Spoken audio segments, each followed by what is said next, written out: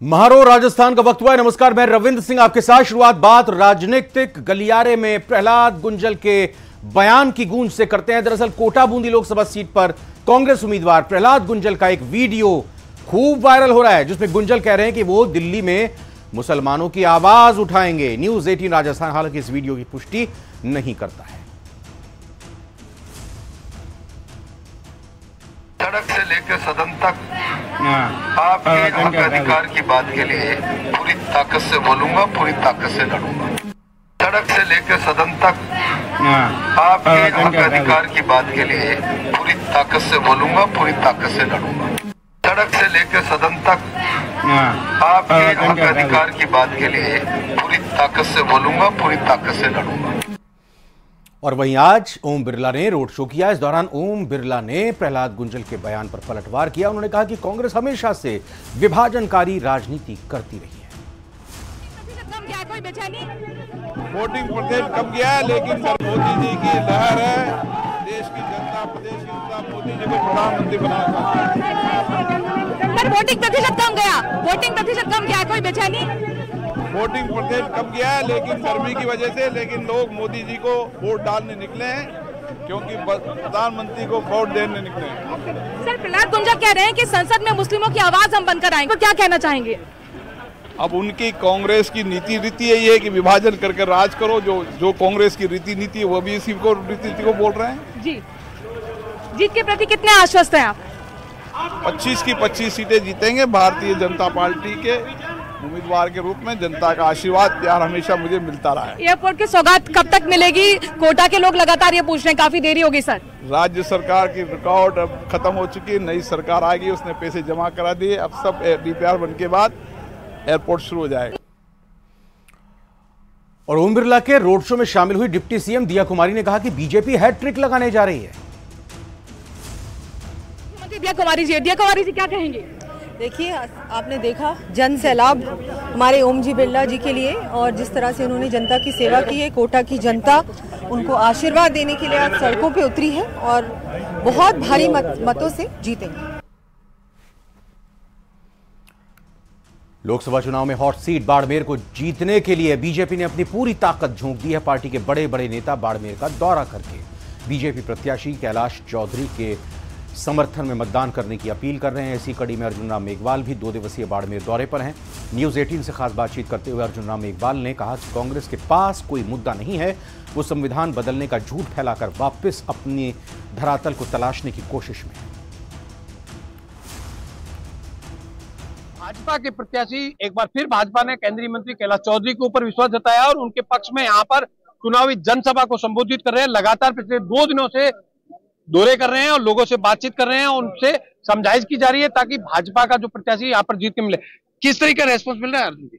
देखिए, बहुत अच्छा रेस्पॉन्स मिल रहा है और मैं आज यहाँ जो हमारे अनुसूचित जाति जनजाति के जो प्रबुद्ध जन थे उनका सम्मेलन था। विशेष रूप से मेघवाल समाज के लोग ज्यादा थे, जहां तक मैं समझ पा रहा हूँ, लेकिन सभी समाजों के लोग थे।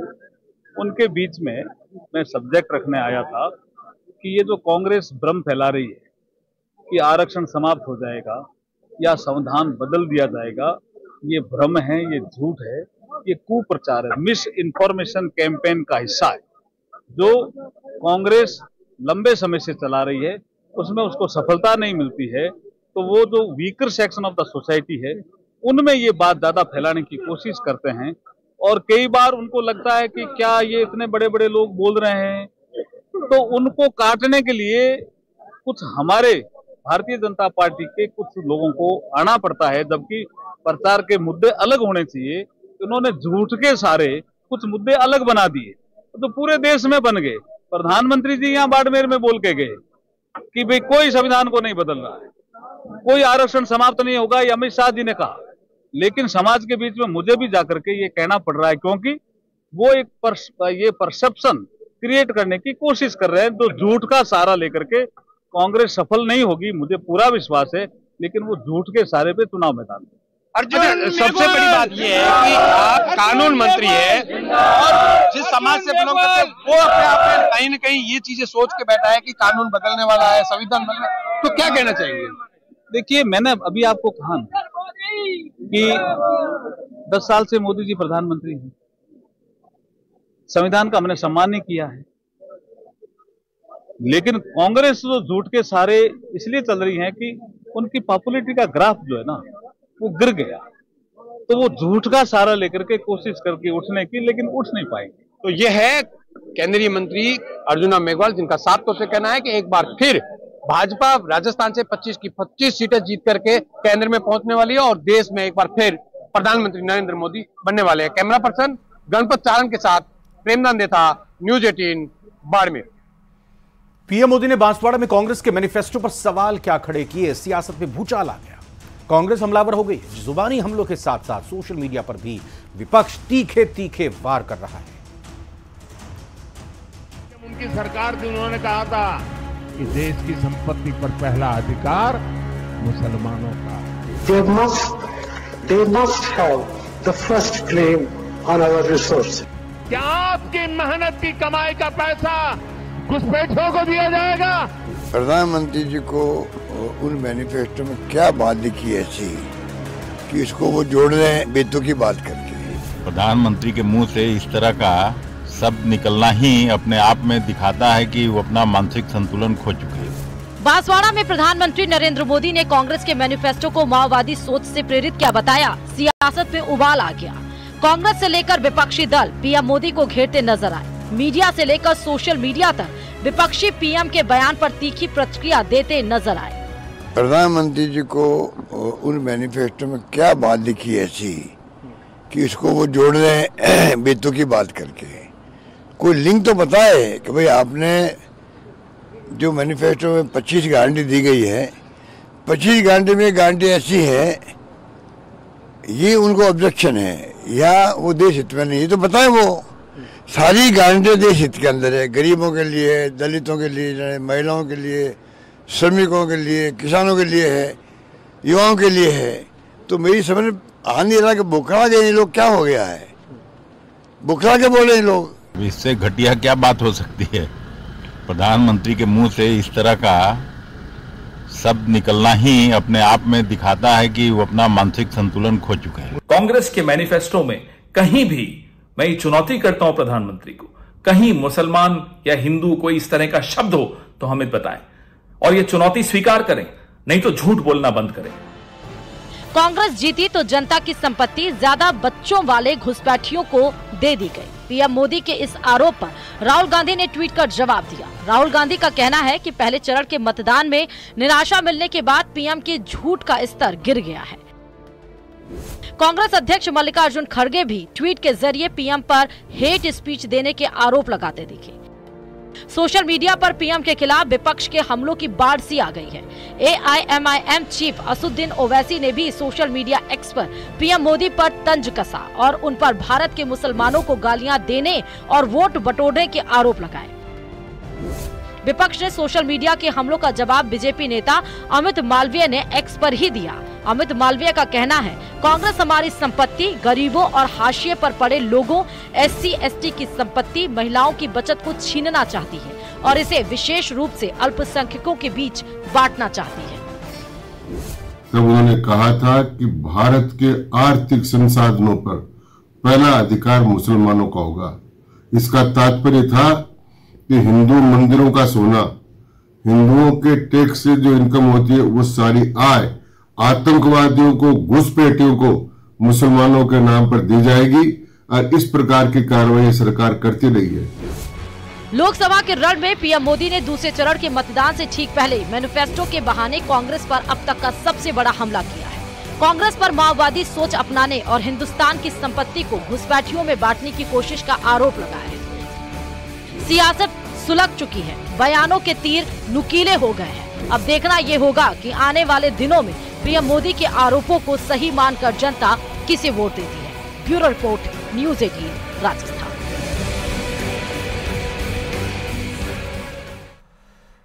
लोकसभा चुनाव के मद्देनजर प्रदेश का सियासी पारा हाई है। यहां दूसरे चरण में 26 अप्रैल को 13 लोकसभा सीटों पर मतदान होने वाला है। वहीं बीजेपी दूसरे चरण के लिए पूरी ताकत झोंकती नजर आ रही है। इस बीच बीजेपी प्रत्याशियों की जीत के लिए अब फिल्म अभिनेत्री कंगना रनौत राजस्थान की कई लोकसभा सीटों पर दौरा करेगी।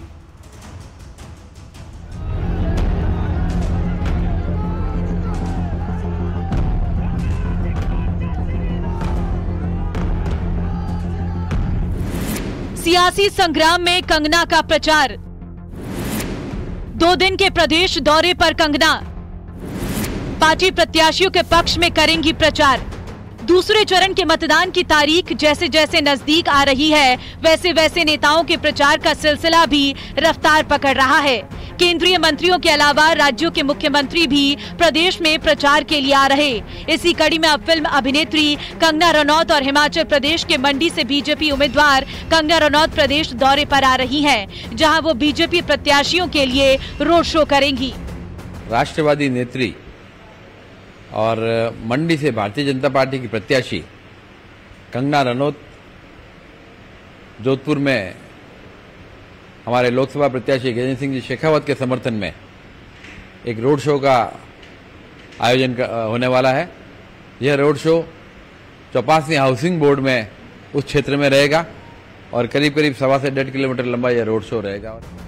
कंगना रनौत पाली, बाड़मेर और जोधपुर में पार्टी प्रत्याशियों के समर्थन में रोड शो करने जा रही हैं, जिसके लिए कंगना 23 और 24 अप्रैल को प्रदेश के दौरे पर रहेंगी। 23 अप्रैल को वो पाली लोकसभा क्षेत्र में बीजेपी उम्मीदवार पीपी चौधरी के पक्ष में रोड शो करेंगी। ये रोड शो दोपहर 3 बजे होगा। 23 अप्रैल को शाम 7 बजे बीजेपी के जोधपुर से उम्मीदवार गजेंद्र सिंह शेखावत के समर्थन में रोड शो करेगी और इसी के साथ ही 24 अप्रैल को बाड़मेर में बीजेपी प्रत्याशी कैलाश चौधरी के समर्थन में जनता से वोट की अपील करेंगी। बाड़मेर में रोड शो समापन के बाद कंगना रनौत वापस दिल्ली के लिए हवाई मार्ग से रवाना होगी। फिलहाल बीतते वक्त के साथ स्टार प्रचारकों के प्रदेश दौरे भी रफ्तार से पड़ रहे हैं और आने वाले 2 दिन तक ऐसे ही नेताओं के आने का सिलसिला तेज होगा। अब देखना होगा कि नेता पार्टी प्रत्याशी की जीत के लिए जो पसीना बहा रहे हैं, उससे उन्हें कितना फायदा होता है। Bureau report, news 18 Rajasthan. Tonk के उनियारा में पीएम मोदी कल चुनावी सभा को संबोधित करेंगे, जिसे लेकर बीजेपी प्रत्याशी सुखबीर सिंह जौनापुरिया ने डारडा गांव में जनसंपर्क कर लोगों को रैली में आने का न्योता दिया। साथ ही 26 अप्रैल को अपने पक्ष में मतदान करने की अपील की। इस दौरान जौनापुरिया ने कहा कि सरकार बनने के बाद 100 दिनों में महत्वपूर्ण फैसले होंगे।